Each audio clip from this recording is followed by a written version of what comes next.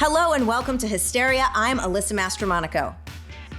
Oh, and I'm Katie Couric. Hi, Alyssa. Yes, she is. That's right. Katie, award-winning journalist, one of my favorite journalists. She hosts her own podcast, Next Question, and is one of the greatest media makers of all time, is our co-host for the next couple of weeks. Katie, it's summer tomato season. I happen to know you love a good tomato and mayo sandwich. How do you make yours? How do you make yours? Well, Alyssa, I have to say I had my first of the summer with an heirloom tomato that I grew in my backyard yesterday. I had some frozen bread that I got from Carissa's, which is a bakery near my house in East Hampton. And I slice it and I freeze it because, you know, usually it goes bad and it's delicious. It's called honey wheat. Uncharacteristically, yesterday, I toasted my bread because, let's face it, I had no choice. It was frozen. Right. And then used, sorry, Dukes fans, I used my Hellmann's mayonnaise, my sliced heirloom tomato, Malden salt, some cracked pepper, and that was it, baby. And it was so perfect. good. And I realized, Alyssa, if I actually eat a sandwich, I'm not hungry till dinner. Why didn't I realize that earlier? It's like, women are so screwed up. You know, we eat like, oh, I'll have half a cup of cottage cheese with a peach. And then by 4 o'clock, you're ravenous and eating everything that's not nailed down. So my advice to all your listeners is eat, people. You'll be better off for it. You will be better off for it, but also so funny, Katie, because in this episode, I interview Evan Kleinman, who last night for dinner had cottage cheese and a peach. That's so funny. Well, hopefully it was a fresh peach because they have been so delicious this season. Sometimes I'll just slice a peach and put like milk on it and in a bowl and just sit in my backyard and I feel like J. Alfred Prufrock. Do I dare to eat a peach? And you do dare to eat the peach. I do. All right, Katie, let's get into it. So much shit has happened since we last recorded the show. You're not kidding. My God. I mean, it's insane, right? Biden's dropped out of the race. He's endorsed Vice President Kamala Harris to be the Democratic nominee. Hulk Hogan ripped off his shirt at the RNC. So much. And did you include the assassination attempt against Donald Trump, or did you have a recording after that? We had a recording after that. So we covered the maxi pad on his ear and all of that stuff. It's, you know how it is, Katie. He put it out there and the supporters put it on their ears. So it was fair game. I saw there were many, many white square bandages. One of the funniest things I saw is there was a My Pillow logo. I saw that on some of them. You have to admit, Alyssa, people are so funny and clever. I think for all the woes of the internet and the vitriol and depravity it's unleashed, people are really funny and clever and talented. They're funny, they're clever, they're talented. They give us so much to talk about. And Katie, speaking of, the last time you were on Hysteria, your interview with Vice President Kamala Harris had dropped that day. So this is like true full circle moment for us. It definitely is. And I went back and we've actually posted some excerpts from that interview. I went down in January and it was snowing. And we had a 30-minute conversation. I spent some time with her. You know, she's actually very petite. She doesn't read as petite on screen. She says Wikipedia got her height wrong. I guess she's about 5'5" or 5'6". Really? Yeah. Honestly, on television, I'm going to say she does read like 5'9", 5'10". She just reads as a much sort of bigger, taller person. And she's quite petite and was very engaging. And I really encouraged her to just have a conversation with me as if we were sitting across from each other having a cup of coffee. And in that interview, you actually were sitting across from each other. Like, I remember it being a sort of a much more conversant interaction than usually she has. Yeah, I hope so. But, you know, it was interesting because I still was somewhat frustrated. I talked to her. It was sort of what was happening in the Middle East and people being upset about the number of civilian casualties in Gaza. And I set up the question so she wouldn't. I said, what happened on October 7th was unimaginably horrific. And I don't think anyone can even describe the terrible things that happened that day. We've read so much about the sexual assaults that occurred and just the depravity of the way people were killed, just horrific. Mm-hmm. Having said that, let's turn our attention to civilian casualties in Gaza. Mm-hmm. And the first thing she said was, let's talk about October 7th. Mm-hmm. And I almost felt like she was reverting to, not really talking points, but had a very specific outline and agenda. And, and of course that took up a lot of time. When you have a half hour with someone, every second counts. But I think it was really great to talk to her. I think she was much more conversant than I'd seen her in previous interviews. So I was happy about that. So this weekend, now, Katie, you've been reporting on the news for a long time. You've been being a journalist for a long time. What was your reaction when the news broke on Sunday that President Biden was going to step off the ticket? Well, we had heard, obviously, rumblings from a lot of different sources. And I'm sure, Alyssa, you were hearing the same thing, that it was likely to happen on Sunday. I think what threw everyone was that Trump's convention speech was so bad and so long and so sort of boring and rambling. I worried that might have energized or made the Biden team have second thoughts. They might have seen his speech and said to themselves, he is beatable, and that maybe they had changed their minds. But we had been hearing for a long time, or at least not a long time really, but a few days, that the announcement was going to come that weekend. So I was sort of surprised and sad, and it was it was almost weirdly exciting yet anticlimactic, because you knew it was coming, and I had so many conflicting feelings. A friend of mine had just sent me an article from the Bulwark that said, enough already with the Biden psychodrama, right?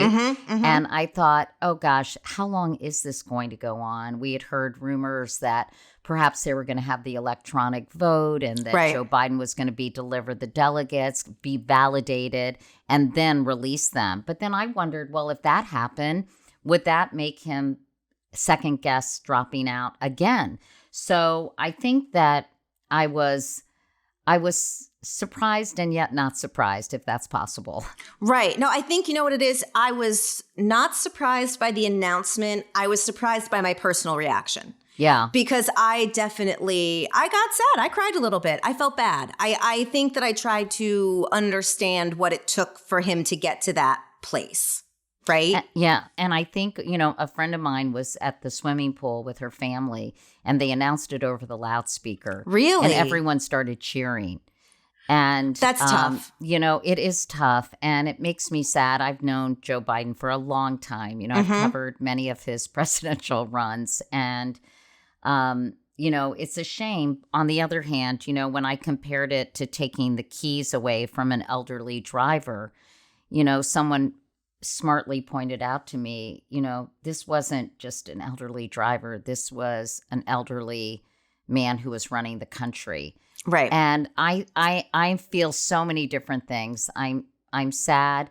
I hope, though, that he'll be celebrated at the convention and appreciated and get the adulation that I think he deserves.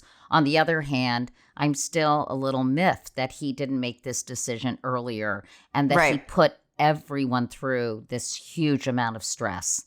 Do you think so? I was listening to Doris Kearns Goodwin the other day, and she was talking about when LBJ decided to step down, and that before he made the announcement, he looked horrible. He was so worn. His eyes were dark circles. And that after he made his speech, Lady Bird said she could literally see the stress lifted off of his shoulders. Do you think that this will have we're speaking today on Wednesday. Biden is set to address the nation tonight at 8:00. Do you think that it will have the same effect on him? And how do you think now that he is unburdened by being a candidate, he's going to approach the rest of his term? Well, first of all, if you think we're conflicted, imagine how he feels. Totally. Just on a human level. I think he feels, I thought about him, how he must feel, or how he felt the day after, the morning he woke up after that debate. We've all had bad things happen to us, and we wake up and we've forgotten them in our sleep, and suddenly we're like, oh God, that was happened. real. Right. That was real. And so I think he must feel so conflicted. Listen, no one really knows the extent of any health issues he might be having. I feel like presumptuous to kind of say how he's feeling because I really don't know. But I do think that there will be a sense of urgency to finish his term with a bang and to get some things accomplished. Now, who knows if he'll be able to, because, Capitol Hill is so paralyzed and so hopelessly polarized. So, but I hope that my hope for him is that he will feel really proud, that he'll feel like the elder statesman he deserves to be, that, as I said, he'll be celebrated at the convention, and that he'll be a powerful voice in the campaign for Kamala Harris. But I think all those things are true.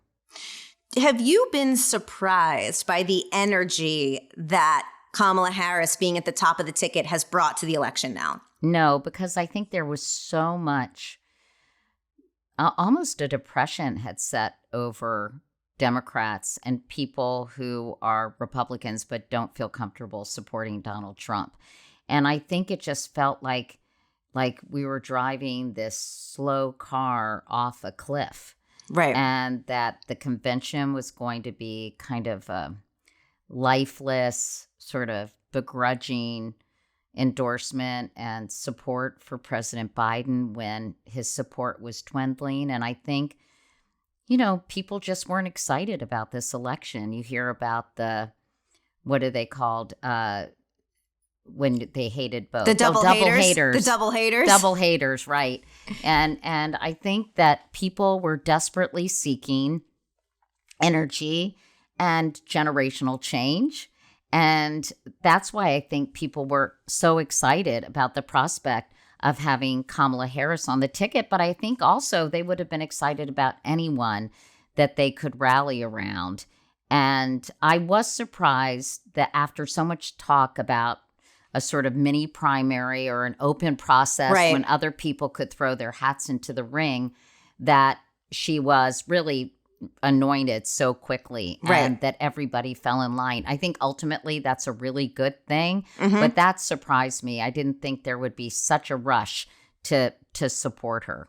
I agree. I mean, in the first 24, and not even the first 24 hours, in the first 8 hours, I think all 50 Democratic state party chairs had endorsed her.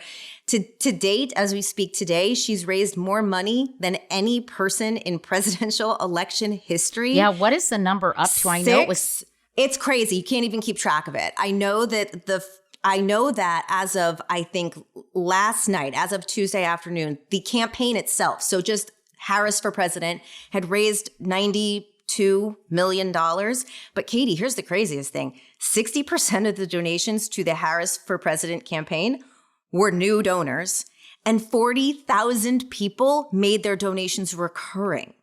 Wow. So it's like, I am very, now Katie, because you are the journalist and I am the political hack who's done many campaigns. And so I'm very doomsday about things. I'm like, okay, let's not like smell our own farts here. There's a lot left to happen. Like the money is great. I've never heard that expression. And by the way, it's disgusting. It's disgusting, but it's accurate. And you know exactly what I meant.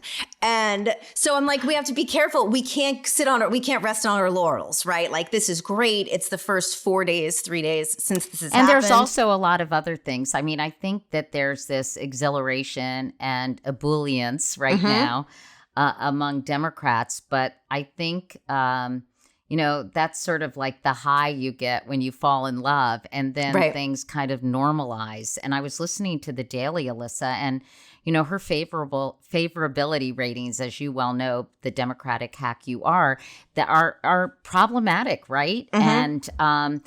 And as James Carville said, I interviewed him yesterday. He's so funny. He was in front of like a bar full of liquor. I don't even know where he was. And his hat's always a little bit askew. Had all his LSU garb on. He's just so funny. I've known him for a long time, too. Do you know he's going to be 80 years old? Is that crazy? Yes. It is crazy. But anyway, he said, there's a lot of work to be done. So I think you're right. People cannot, inhale their own flatulence. I gave you a better one. Rest on their laurels. We can't rest on our laurels. Exactly. And I think there are a lot of minds to be persuaded. I was talking to my husband and he said, wow, a lot of men don't like Kamala Harris because he'd been on a golf trip, right?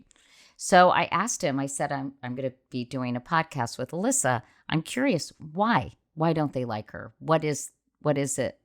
And he said, they think my husband's a businessman. He golfs with a lot of business guys. And they think she's too progressive, not pro-business enough, not supportive of business interests. And I think it's sort of, who's the head of the FTC that has become a real lightning rod? Lena Khan. Exactly. And I think that they're concerned about that. So I thought that was an interesting, very, very small focus group. It's a small focus group. And also those were not misogynistic reasons. So that's encouraging. Yeah, I know. Those are all policy related. I'm okay with that. And but Katie, the thing that's so interesting is that when people are always talking about vice presidents, is always seen as this launching pad for the presidency, right? But it's not, actually. So I did a little research, and only one incumbent vice president, George Herbert Walker Bush, has been elected from the vice presidency to president since Martin Van Buren. Wow.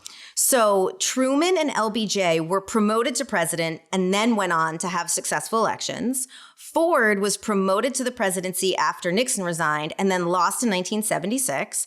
Nixon and Biden went on to win after taking a hiatus from public office. Fascinating. You're a regular right? Doris Kearns Goodwin, Alyssa. Listen, to me, I just like I like a little perspective, right? And by the way, that's fascinating. And maybe that shouldn't be widely distributed because I don't think it's particularly helpful to Kamala Harris. What? It's to me, when we were on a campaign, I just think, when David Plouffe ran the race, which you came, we still all talk about the day you came to headquarters.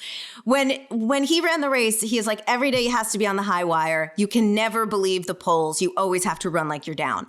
And so I think that so many people are very energized. I'm energized. I'm really glad that Kamala Harris has come out of the gate, like, on fire. Gangbusters, yeah. Right. But it's always good to remember that there are headwinds, right. There are headwinds. And Katie, so you have a morning newsletter, Wake Up Call, which I read every day.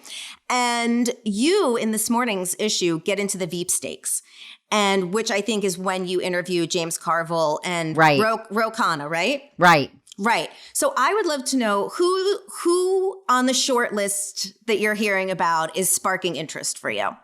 Well, I'm pretty friendly with Mark Kelly because I covered Gabby Gifford so much when she was shot. And I really like Mark. He's been an amazing partner to Gabby Giffords. I think he has such high integrity and character. He's got a military background. He's a member of the NRA, but supports stricter gun laws, which surprisingly 74% of NRA members do. That's a big misnomer. It's all the gun manufacturers, but that's another subject. Right. And I just think that he would be an interesting choice. The governor of Arizona is Democratic, so they don't have to worry about the Senate going to a Republican. Right. And so I think Mark Kelly is an interesting choice. James Carville talked about Mitch Landrieu. Now, weirdly, I'm friendly with Mitch Landrieu too. Mm-hmm. And, when you've been around as long as I am, I'm not name dropping. I just know these people. It's okay. No. But I don't know Andy Bashir, for example. Right. And someone had a photo of him and said his family was made in a lab precisely for this moment. I don't know if you saw the picture. It's very John Edwards circa 2004. It is very John Edwards, and it's very white. Everything about that photo is white. Their clothes are white, although somebody departed from the instructions and wore khakis or kind of a taupe color pants. And I was like, that person is busted. But anyway, I really like Mitch Landrieu. I think he is an incredible communicator. That was James Carville's point too. I think he's head of the campaign. He was really involved in implementing infrastructure. I just don't know if being the mayor of New Orleans is enough. He had incredible courage to take down the Confederate statues. Yep. And delivered that really important speech. I don't know if that's going to dissuade yahoos from kind of supporting him, honestly. Right. But I like both of them. How about you, Alyssa? I'm curious. And, I think you also know more about the calculations that are involved in picking a vice presidential candidate, where they can compensate for the top of any perceived weaknesses and the top of the ticket, geographic considerations, state considerations. Well, by the way, can I just say two other people who I really like? First of all, Gretchen Whitmer, I interviewed her at the Aspen Ideas Festival. She's amazing. But I didn't talk to her enough about public policy. So I love talking to her. She's got a great story. She's so personable. She's so normal. I felt like, she's Big Gretch. Yeah, Big Gretch. And her book is called True Gretch. Honestly, I don't know who her publisher is, but I would have said maybe we can come up with another title. But anyway, she is fabulous. And I love Pete Buttigieg. But I don't know, a Black woman and a gay vice president. I think that might be a bridge too far, but maybe I'm wrong. I hope I'm wrong. Oh. Yeah. And Josh Shapiro, Maggie Haberman told me he wasn't interested. I don't know how she knows that, but he's only been governor for a year and a half. Do you think, by the way, being Jewish would hurt you now? Or like someone, James Carville said, Joe Lieberman, it didn't hurt him. And But I don't know. With the rise in anti-Semitism, I worry about everything, Alyssa. I know. Here's the thing. So back in 2004, I actually set up all of the meeting. I think John Kerry met with like 8 people in person around the country, and I was there for most of those meetings. Wow, that must have been fascinating. It was. I mean, there was at one point when I had to throw Bob Graham, senator from Florida, literally physically throw him into a car and put a jacket over his head because reporters, Katie, thought that this was actually very funny. John Kerry was getting a lot of dental work done back then, and they were convinced that the VP meetings were happening at the dentist's office. And we that actually is so weird. It's so weird, but we, to me, having heard some of those meetings, seeing how Barack Obama did his VP process, honestly, it usually just comes down to like, do I trust this person? And like chemistry, right? And can this person be my teammate, right? And so I think that for Vice President Harris, Mark Kelly, to me, is the easiest person to introduce to America. His bio is fighter pilot, astronaut, senator, hero, like husband of Gabby Giffords. I think that he is really, I think America would get him real quick. Like people who are not really familiar with him, I think just you do one bio ad and I feel like people are like, he seems like a good dude. You throw the NRA stuff in there, make sure people don't think that he's going to come take their guns away. Right. And plus he's an identical twin, so he can be two places at once. Exactly. Absolutely. Doesn't that sound like a movie, by the way? It does. And then I think the interesting thing, so Josh Shapiro, Pennsylvania, Democrats cannot win without Pennsylvania. I normally do not think that picking someone based on their state is worth anything. John Kerry picked John Edwards because he was from North Carolina. We lost North Carolina. So it didn't do us any good. But Josh Shapiro's won statewide 3 times. He's incredibly Attorney General. He's incredibly popular in Pennsylvania. He's a dynamic campaigner. He's great on TV. So if I had to do 2, I think I'd put those 2 at the top, and then Roy Cooper from North Carolina. I don't know much about him. I don't know much about him either, actually, but he's won statewide 6 times, I think, in North Carolina. And isn't term Pennsylvania limited. More important than North Carolina? I think North Carolina, and we can cut this if I'm wrong, I think North Carolina has 3 fewer electoral votes. I think it's something like that. But he and Kamala have a relationship going back many years. Oh. I think she and Josh Shapiro do too. I think they go back because they were AGs. And so I think they've known each other for a long time. So I hope that she picks whoever she feels is just going to go out there and kill it. And also, here's a question for you, Katie. And then I have one for you. Okay. Do you think Trump is regretting JD Vance right now? I know there have been some articles about that. I know that when he gave his first, did his first solo rally. It was so boring. It was boring, and he made a stupid joke about Diet Coke. Diet Mountain Dew. Diet Mountain Dew. I watched it. I do apologize. I was so confused. I was like, what does Diet Mountain Dew have to do with anything? I think he's saying, like, the Democrats think everything is, race. Has to do with race. But everybody was like, everybody was like, what? Do you know, Katie, I do feel like a lot of the Republican speech writing, I noticed this all during the convention, and I noticed it in JD Vance's speech the other day in Ohio. They're writing in what they think are applause lines. And I guarantee you there's an in parens, like hold for applause, and they're not getting applause. And there's just like these weird, awkward pauses. Hopefully he's not saying pause. Well, that's true. Right? Yeah. And that leads me to a question for you, Alyssa. Okay. Do you think that the Biden administration set Kamala Harris up for success as a VP? Because I feel like they could have done more. I think this whole idea of giving her the border was very hard. Was ridiculous. And honestly, like really a shitty thing to do, whoever did that. And I also feel, and I've said this at a couple of dinner parties I've been at, la-di-da. Oh, you fancy lady. I'm so fancy. Your dinner parties, your like bread from the Hamptons. Oh, yeah, I'm very fancy. I feel like Joe Biden's reticence to be, upfront with the media, or not upfront, but to be out there, to do interviews, also hurt her. Because they had an opportunity, it seems to me, to do some joint interviews, joint appearances. Oh, that's a good point. To sit with network news anchors, to be with the New York Times, so he could elevate her and prop her up.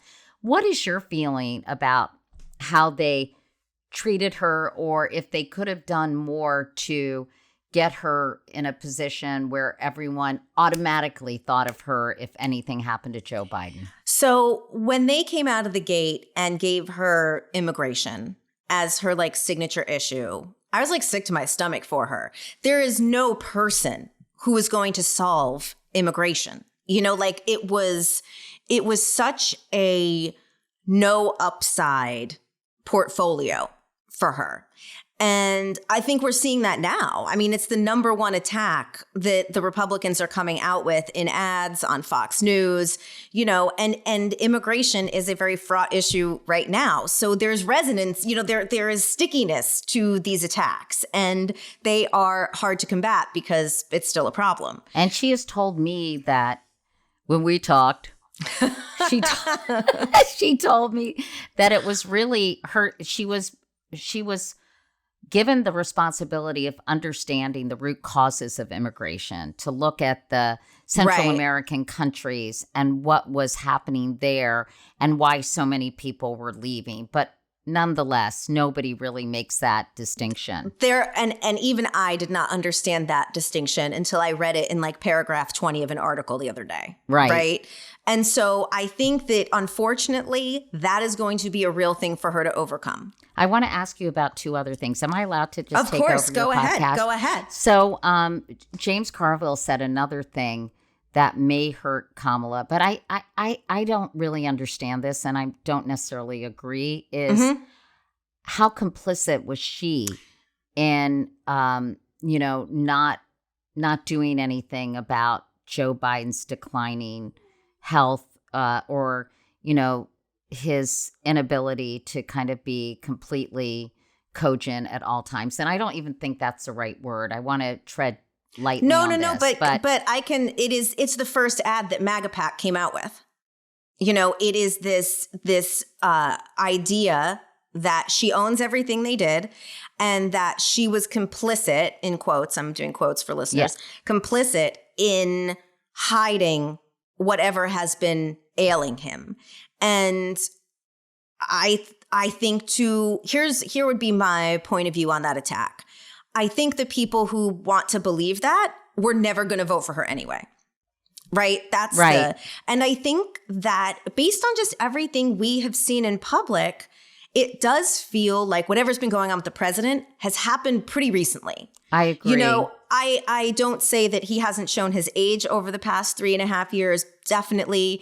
I don't think maybe tripping sometimes is a sign that you're not fit to lead. I think that's bullshit. But it was really funny when MAGA came out with that ad, which is basically what did she know and when. They try to make it sound like an episode of Law and Order. Or like Watergate. Totally. I thought to myself, they really were caught flat-footed.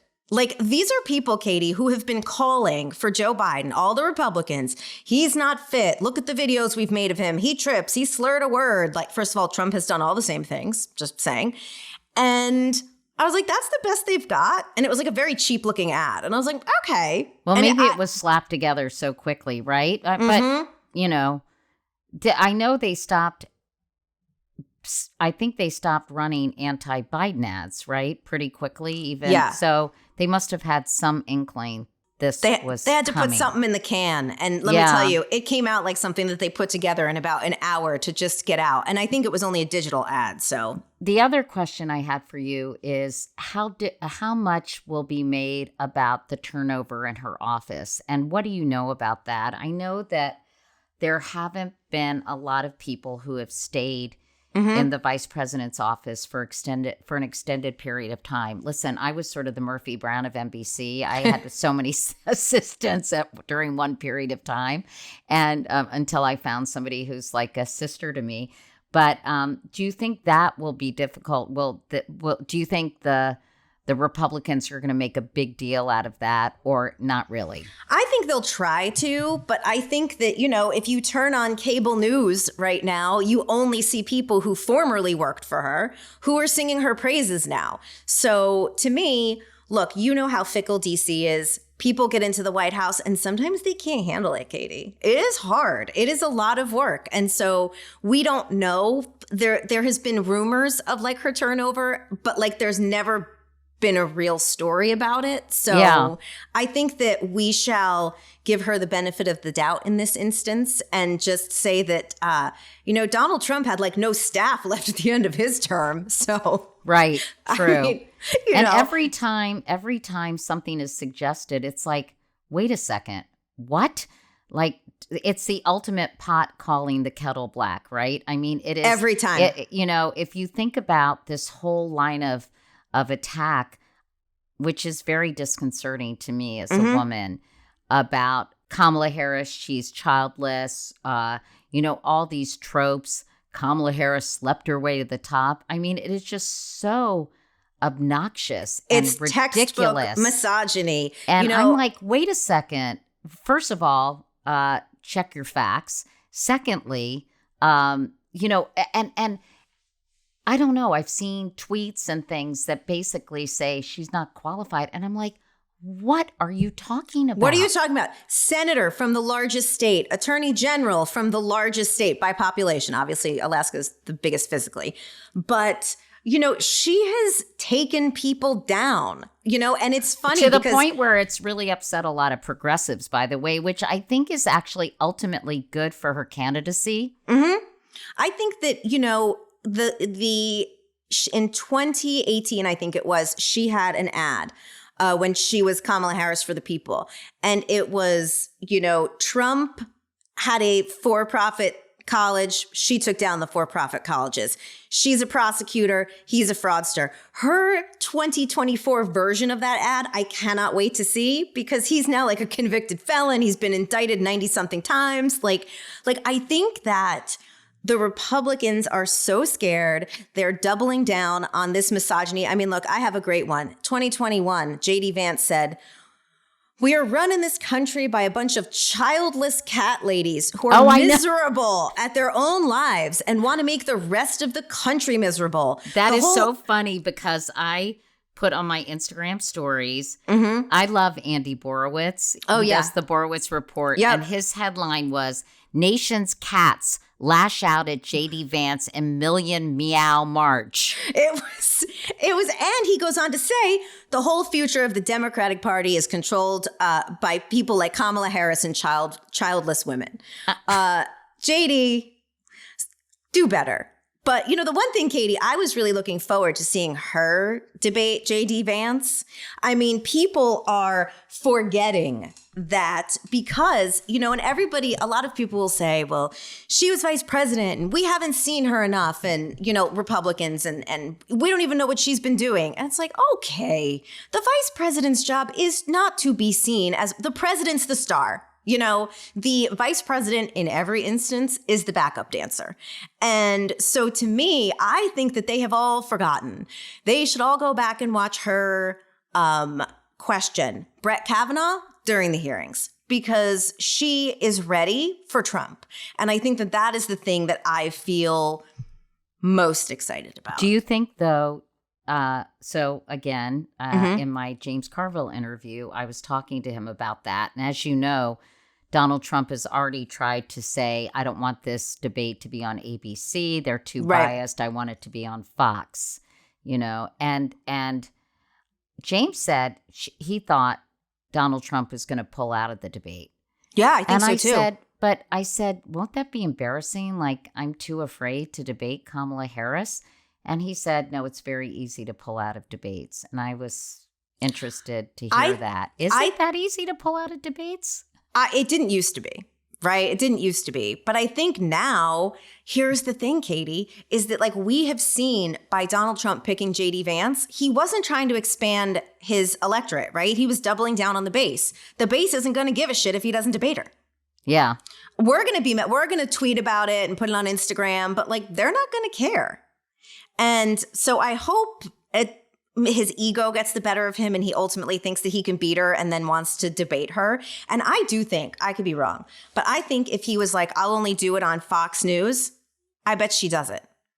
You think she will do it on Fox? I think she would do it on Fox. Look, because I guess it would be Brett Baier or someone who's not their most partisan, red meat anchors moderating, right? Right. And I think that if you look back over the past 5 or 6 years, Bernie Sanders has done town halls on Fox News. Pete Buttigieg did Fox News town halls, and they were incredibly successful. And I actually thought very compelling because when you go, David Plouffe always used to say, you got to go into the belly of the beast, right? You got to show you're not afraid. And I think that would show, I think it would show she's not afraid. So if it comes down to that, I personally think she could handle it and she should do it. But because I think it would be terrible for America to not see them to debate each other. I agree. And I don't know if she wants to really have some chutzpah. I think if her campaign really wants to show Trump who's boss, she could say, that's fine. I'll debate him on Fox. And then what's he going to do? Right. Then he's backed into a corner. Right. Wouldn't that be awesome? Why don't you tell them? Come on, get in there. Katie, we're telling them right now. We're telling them right now. Alyssa and Katie say, girl, go get in on Fox News. Yeah. You can do it. So, Katie, here's another. We've been talking about all this for the past 3 weeks. It has been nonstop breaking news, rumors. You can't keep up. Honestly, I work with George Stephanopoulos. I sent him a tweet. And I tried to retract it. I was like, wait, it's fake. It's fake. It's fake. I didn't mean to send this. It's fake. This isn't real. And I think that even for me, people like us, last election cycle, Twitter had verification. Verification meant that you were actually who you said you were. And if you were a news organization, you were an actual news organization. Katie, you are a journalist. How are you sifting through the information that's coming in at rapid pace? And how would you tell people to try to consume what's happening? I would say 3 words, Alyssa: consider the source. Mm-hmm. And unfortunately, it can be time consuming, but you have to look at people's profiles. Now, of course, you said verification. I'm not a huge Twitter person. I did enjoy. I'm not on it. I did enjoy being on the platform during President Trump's speech because people were being so funny. Well, it got back to like its origin story, you know, like what we originally liked Twitter for. And like people that I hadn't talked to for a while. It felt like a communal experience, like Michael Beschloss. I was tweeting, and Karen Tumulty, and just a bunch of people who I've known through the years. And that was kind of fun because I was responding to their tweets. Right. And Larry Sabato, who is from UVA and where I went to college. And so that was really fun. But I generally would not recommend getting information on X. But if you do, you have to look at the profile. You have to then sometimes Google the organization that is putting this stuff out. And I remember seeing something. Oh, I remember it was Kirstie Alley, who was a big Trump supporter. I remember. And she got mad at me for something. Oh, because I said on Bill Maher that I thought a lot of these voters needed to be deprogrammed, that they were getting a lot of this information over and over again. And, you know, it starts. And by the way, I think some people on the left could use a little deprogramming at times. But she tweeted something nasty about me. Anyway, then I sort of started following her, kind of see what she was saying. And she retweeted some, you know, very, official looking medical seal with some stuff about abortion that I knew was bullshit. And I was like, I can't remember specifically what it was, but I was like, wait, why are they doing that? That's not accurate. That's not true. So then I, of course, Googled the Association of blah, blah, blah doctors. And I was like, who are these people? And yes, I look at their website and they're a pro-life organization that is promoting anti-abortion information. So I think you just cannot, you know, unless they're from reporters that you know and trust, or the New York Times or Pod Save America or people like that. You know, I just think you can't get your information that way. And I don't get information really from Facebook or from Twitter. I'm old fashioned, you know, I don't know what I would do without the New York Times, and people can criticize certain aspects of it. Right. But I also read The Bulwark. I read, you know, I like what Barry Weiss has done, even though I don't always agree with some of the stuff in there. I want to see what they're saying. And for some reason, for a while, I was getting the Epoch Times. Is that what it's called? I have no idea. Oh, my God. I think it's a Chinese-owned uber conservative media outlet. Okay. And I looked that up and I was like, why am I reading this? Because I like to see what everyone is saying about everything. That's why my husband and I watch Fox News when there's a big news event, because we want to see how they're framing the conversation. But in terms, you just have to be, you know, what did Cy Sims say? An educated consumer is our best customer. I don't know if you ever went to Sims. It's a discount store like Loman's. Of course I remember, yes. Anyway, and I think that's the case. You have to take the time to really not accept anything at face value that you're reading online. It's so critically important. My old boss, Dennis McDonough, who's chief of staff at the White House, he always used to say, measure twice, cut once. And to me, that's like, if I see something and I don't know the person, it's the same thing, Katie. I go to the profile, I Google, I check the website, because people are just out there to confuse us. And if you and I, who consume so much, have to do that, if you're listening and you don't consume as much as Katie and I do, you should do it too. But how can you recognize bots? That's one thing I don't really know how to do. It's, to me, if you look, most bots don't have many followers. Yeah. You know, it's like they may follow a lot of people, but nobody follows them. Yeah. But that's also, I just found that X became so negative and so toxic and actually scary. When I rear my head up and I make something or something I believe in, oh my God, the oncoming, I'm like, woo, no, you've got to dodge it. See, and then I get upset and depressed and I'm like, God, who needs this? Who needs these losers? Absolutely. So go back in your basement and put your pajamas back on. Everybody, you heard it here first.